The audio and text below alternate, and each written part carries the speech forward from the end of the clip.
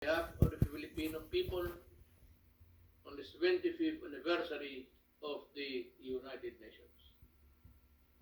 The invisible enemy that is COVID-19 has brought about an unfamiliar global landscape and unleashed a crisis without precedent. It is the biggest test the world and the United Nations faced since World War II. While the United Nations has brought relief and hope to so many countries and peoples around the world, it now finds itself saddled by a virus that has taken many lives and wrecked economies and social order. We are at a crossroads.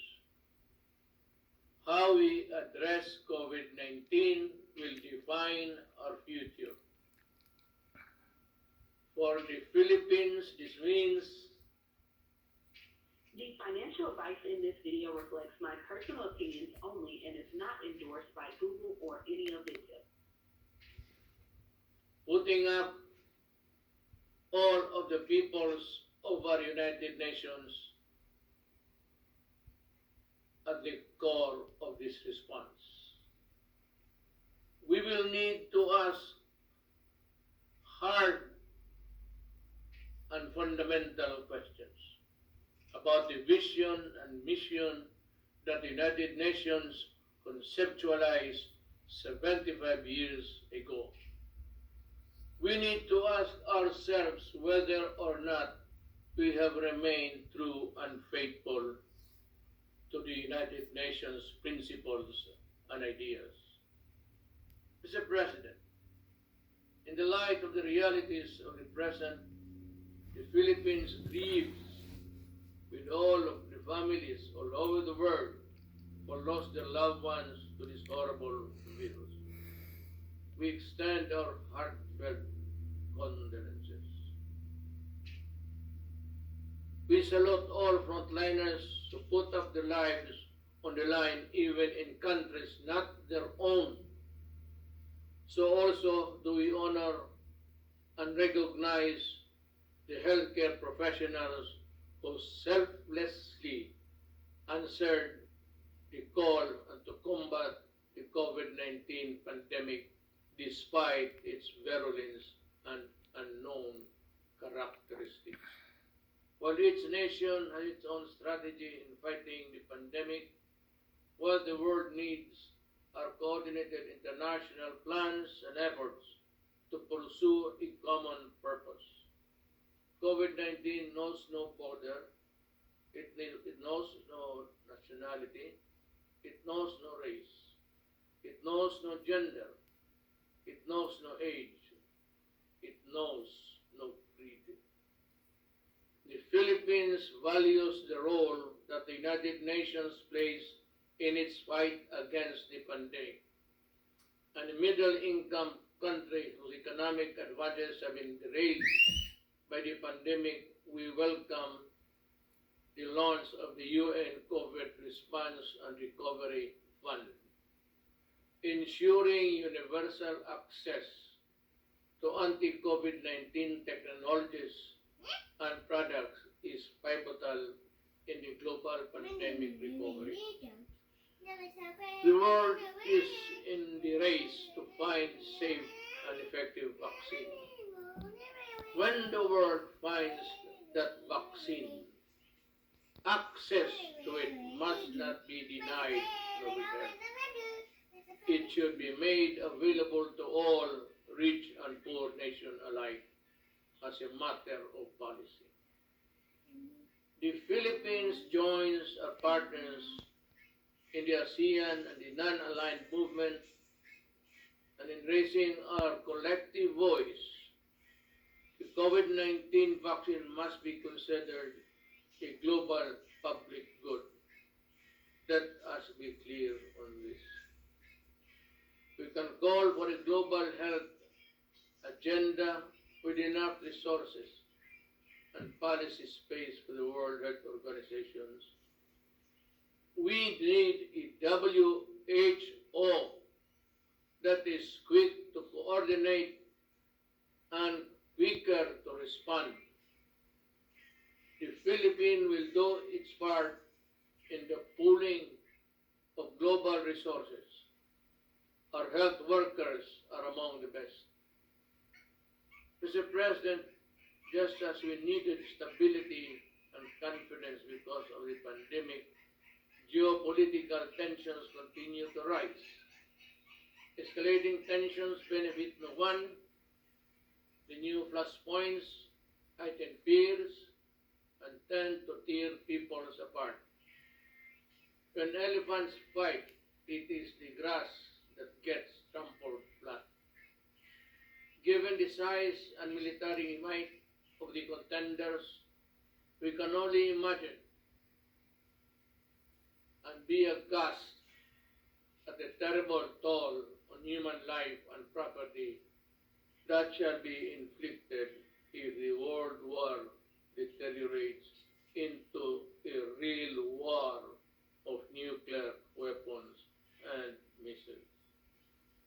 I therefore call on the stakeholders in the South China Sea, the Korean Peninsula, the Middle East, and Africa.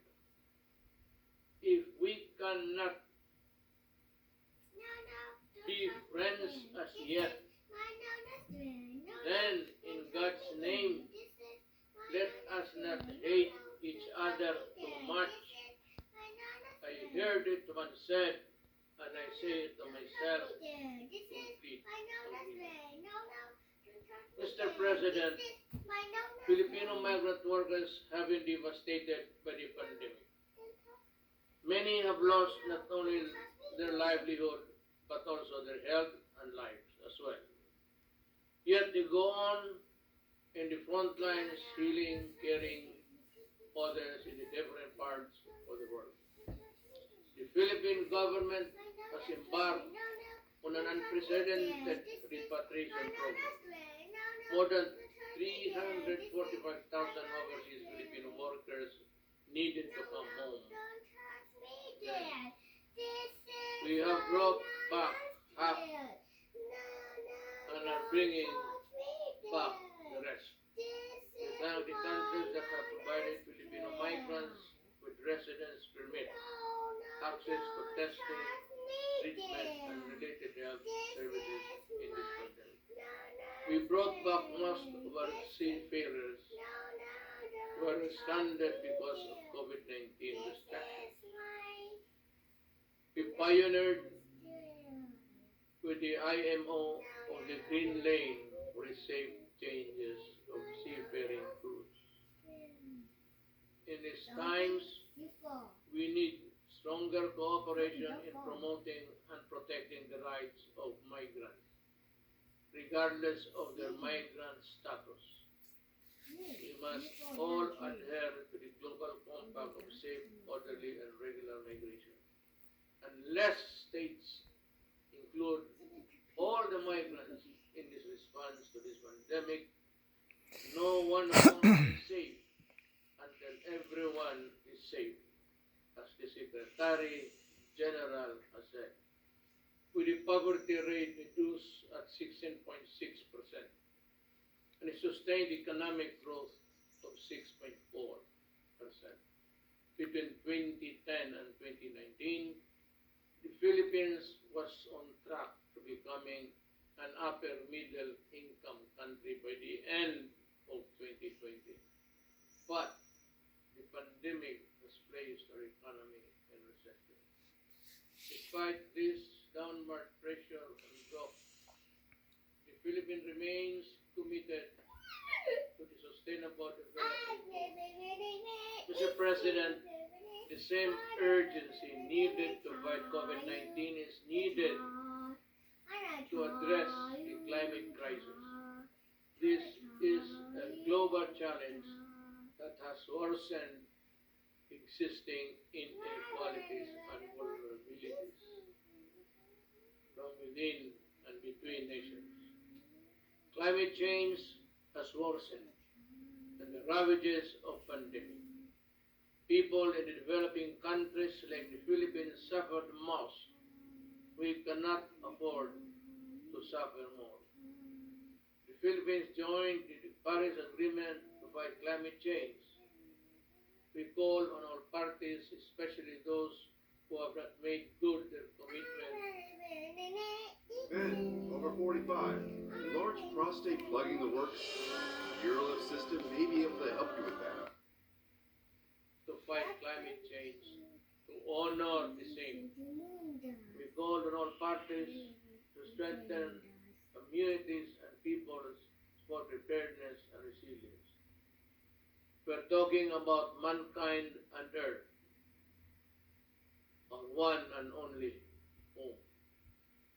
Mr. President, the Philippines will continue to protect the human rights of its people, especially from the scourge of illegal drugs, criminality, and terrorism. A number of interest groups have weaponized human rights, some well-meaning, others ill-intentioned. They attempt to discredit functioning institutions of democratic country and a popularly elected government which in its last 2 years still enjoy the same widespread approval and support. These detractors pass themselves off as human rights advocates while preying on the most vulnerable humans, even using children as soldiers or human shields in encounters. Even schools are not spared from their malevolence and anti-government propaganda. They hide their misdeeds under the blanket of human rights, but the blood oozes through. To move forward, open dialogue and constructive engagement with the United Nations is the key. But this must be done in full respect of the principles of objectivity, non-interference, non-selectivity, and genuine dialogue. These are the fundamental basis for productive international cooperation on human rights. Mr. President, terrorism looms large. As I said at the Aqaba process, the Philippines will do everything and partner with anyone who would sincerely desire to protect the innocent from terrorism in all its manifestations. The Marawi siege, where foreign terrorist fighters took part, taught us that an effective legal framework is crucial. Our 2020 Anti-Terrorism Act shores up the legal framework by focusing on both terrorism and the usual reckless response to it. Its enactment was done pursuant to our commitment and the strict adherence to the relevant Security Council resolution and the UN Global Counter-Terrorism Strategy.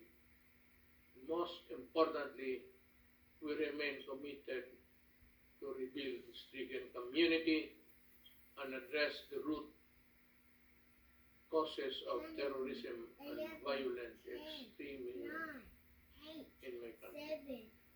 We must remain mindful of our obligation and commitment to the Charter of the United Nations, and as amplified by the 1982 Manila Declaration on the peaceful settlement of international disputes, the Philippines affirms that commitment in the South China Sea in accordance with UNCLOS and the 2016 Arbitral Award. The award is now part of international law, beyond compromise and beyond the reach of passing governments to dilute diminish, or abandon. We firmly reject attempts to undermine it. We welcome the increasing number of states that have come in support of the award and what it stands for. The triumph of reason over rashness, of law over disorder, of amity over ambition. This, as it should, is the majesty of the law. Mr. President, the global health crisis has further complicated the global security environment. But no aspiration nor ambition can justify the use of weapons that destroy indiscriminately and completely. There is no excuse for deaths that a nuclear war could cause, nor the reckless use of chemicals and biological weapons that can cause mass destruction. These weapons of death puts us all at mortal risk, especially if they fall into the hands of terrorists without a shred of humanity in their soul.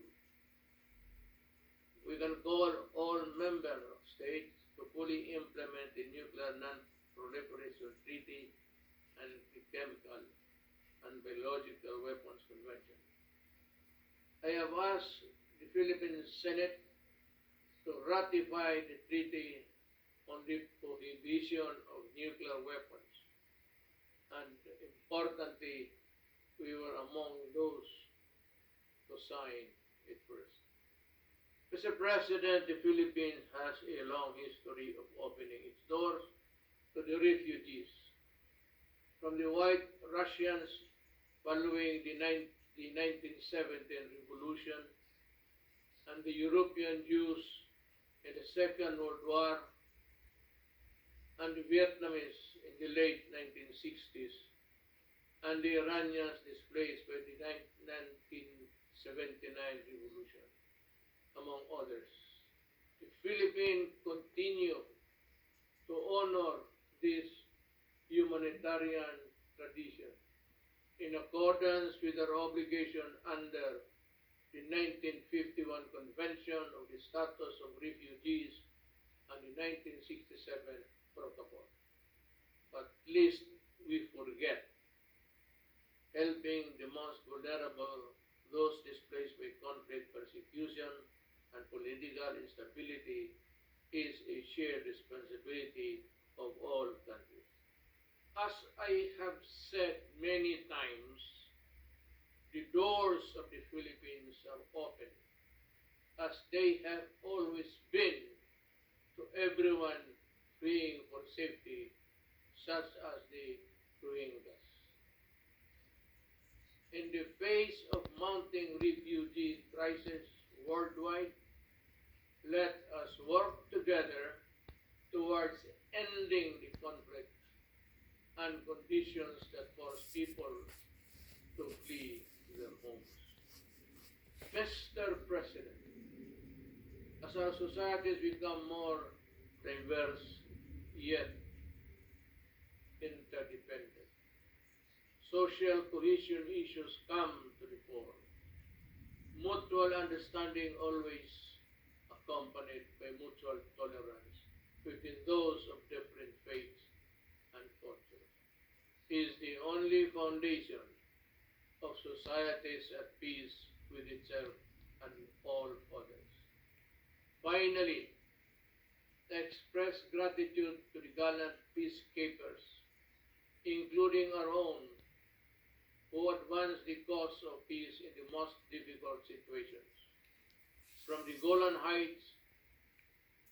The financial advice in this video reflects my personal opinions only and is not endorsed by Google or any of its affiliates. Hey guys, it's your girl Shalane. I'm back today with another motivational. In the Middle East, to Liberia in West Africa, Filipino peacekeepers put themselves in the front line between the vulnerable and those who seek harm. We are committed to increasing Philippine footprint in UN peacekeeping operation with increased participation of women. Again, Mr. President, to defeat COVID-19 pandemic and other challenges, we must work with seamless unity, which demands complete mutual trust and the conviction that we will win or lose together.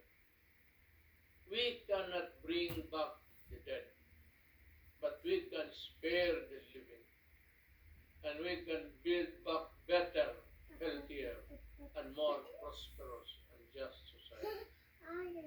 To this end, we rededicate ourselves to the multilateralism. The UN remains humanity's essential organization, but it is only as effective as we make it. To make significant changes, we need to be bold. We need the same collective courage that finally made the United Nations a reality 75 years ago. We need to act on long-standing recommendations to improve the Security Council's composition and working together and working methods to strengthen the role of the General Assembly and to streamline the processes and the operation of the UN. Indeed, to be ready for the new global normal, it cannot be business as usual for the UN. Let us empower UN, reform it to meet the challenges of today and tomorrow. Let us strengthen it so it can fully deliver its mandate to maintain peace and security, uphold justice and human rights, and promote freedom and social progress for all. After all, we are the United Nations. Thank you.